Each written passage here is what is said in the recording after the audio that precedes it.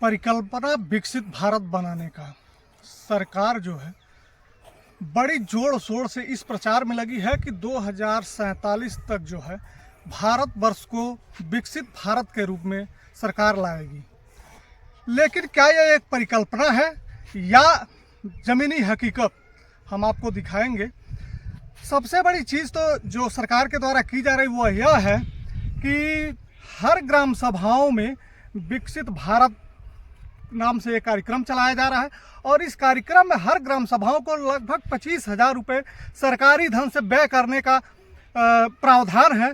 लेकिन हकीकत यह है कि 25,000 में कार्यक्रम हर जगह संपन्न नहीं हो पा रहे हैं। ग्राम प्रधानों के ऊपर जो है तमाम तरह की जो वित्तीय बोझ डाला जा रहा है और सरकार द्वारा कराए गए समस्त कार्यों को गिनाया जा रहा है। गांव-गांव घूम करके इसका प्रचार और प्रसार बड़े जोरों शोरों पर हो रहा है। लेकिन जो हकीकत यह है, क्या हम विकसित भारत बनने के जो है रास्ते पर हैं या नहीं, आपको दिखाएंगे एक छोटा सा नमूना। यहाँ मेरे पीछे जो है एक प्राथमिक विद्यालय दिखाई दे रहा है और आपको दिखाएंगे कि इस विद्यालय से जो है लगभग 1 से 1.5 किलोमीटर की इर्द गिर्द में चारों तरफ कहीं कोई गांव नहीं है। ये विद्यालय इसी सिवान में बनाया गया है और जो सबसे प्रमुख चीज़ है कि ये बूढ़ाडीह खुर्द के बालकों को बच्चों के पठन पाठन के लिए इस विद्यालय का निर्माण किया गया है। मेरे बगल में हम देख रहे हैं बूढ़ाडीह ग्राम सभा है, बूढ़ाडीह खुर्द ग्राम सभा है और यहाँ से इस विद्यालय पर आने के लिए यही एक पगडंडी नज़दीक का जो सबसे नज़दीकी रास्ता है वह यह रास्ता है। और इस रास्ते का जो हाल है इस विद्यालय पर पहुँचने का आपको दिखाएंगे कि यह जो है दोनों तरफ गेहूँ के खेत हैं और इस पे सड़क नुमा बच्चों के चलने से या कुछ वाहन या कुछ संसाधन आने से या चलने के लायक थोड़ा सा चौड़ा सा रास्ता हो गया है। लेकिन इस पे मिट्टी पटान का कोई कार्य नहीं है, ना इस पे इंटरलॉकिंग है, ना खड़ंजा है। यानी दावा जो किया जा रहा है विकास का, वो विकास नाम की कोई विषय वस्तु यहाँ नहीं है। और इसी रास्ते से बच्चे इस विद्यालय को जाते हैं। जब बरसात में यहाँ चारों तरफ सिवान में पानी लग जाता है तो इस रास्ते पर पानी भरा रहता है और बच्चों को इसी पानी के रास्ते जो है उस विद्यालय तक पहुंचना पड़ता है। सिर्फ बच्चे ही नहीं, इसके अध्यापक भी जो है विद्यालय पर पहुंचने के लिए इसी रास्ते का उपयोग करते हैं। और अब समझ सकते हैं कि देश के आज़ादी के 75 साल बाद भी अभी इस विद्यालय का जो कंडीशन है वह आपके आंखों के सामने है और हम इसे जो है कैमरे में कैद करके आपको दिखाएंगे और उस विकसित भारत की परिकल्पना पर एक कुठाराघात करेंगे कि क्या इसी तरह से विकसित भारत का ख्वाब देखा जाएगा। बच्चे क्या इसी अनुपात में विद्यालय में जाएंगे, पठन पाठन का जो क्रियाकलाप है क्या ऐसे ही सुचारू रूप से चलेगा। और इसी को हम इस पगडंडी से हम चलते हुए देखिए अब पहुँचे हैं विद्यालय परिसर में और ये विद्यालय परिसर एक पोखरे पर जो है बना हुआ है और इस पोखरे का जो हाल है वो यह है कि 2 ग्राम सभाओं के बीच का ये पोखरा है, एक बूढ़ाडीह खुर्द का और दूसरा रौतार का। आप देख रहे हैं कि इस पोखरे के जो है बगल में वो यहाँ अंत्योदय स्थल और जो है कई जो है सरकारी भवन बने हुए हैं जो ग्राम सभा रौतार के हैं। और इसी में बगल में मेरे पीछे जो है देखिए वो विद्यालय है और इस विद्यालय में ही बच्चे पढ़ते हैं। ये इनकी कितनी कठिन जो है यात्रा है, कैसे ये चल के इस विद्यालय पे पहुंचते हैं ये भगवान जाने।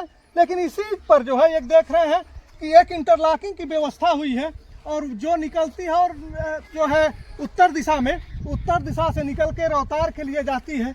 ये बूढ़ाडीह को भी जोड़ती है। लेकिन इस रूट से आने के बाद बच्चे कम से कम 2.5 से 3 किलोमीटर की दूरी तय करेंगे तब जाके इस विद्यालय पर पहुँचेंगे।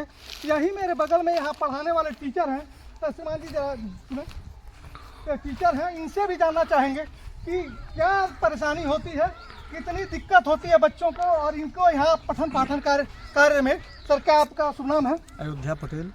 यहाँ आप रौतार बूढ़ाडीह खुर्द विद्यालय में पढ़ाते हैं? हाँ, बूढ़ाडीह खुर्द। ये बताइए यहाँ रास्ता आने जाने का नहीं है, क्या समस्या होती है? बच्चे कैसे आते जाते हैं? और बहुत समस्या होती है। आप लोग कैसे आते हैं? आधे बच्चे तो आते ही नहीं है पानी देख करके। अच्छा। कुछ बच्चों को साथ में लेकर के बाइक वहीं गाँव में छोड़ देते हैं, और हाथ में चप्पल जूता जो भी ये ले करके बच्चों के साथ आते हैं और किसी तरह से अपना शिक्षण कार्य में लीन होते हैं हम लोग। अच्छा, मैंने आप सीवान का विद्यालय है, आए दिन चोरी होता है। विद्यालय बंद होने के बाद सब यहाँ नशेड़ी गजेड़ी भंगड़ी आते हैं, विद्यालय को क्षतिग्रस्त करते हैं। अच्छा, अपना सब यहाँ अबाड़ कबाड़ छोड़ देते हैं। किसी तरह से आते हैं हम लोग, फिर साफ सफाई कराते हैं करते हैं, तब उसके बाद शिक्षण कार्य प्रारंभ कर देते हैं हम लोग। अच्छा अच्छा, तो ये दुरूहता है इस विकसित भारत की परिकल्पना वाले भारत में इस विद्यालय का।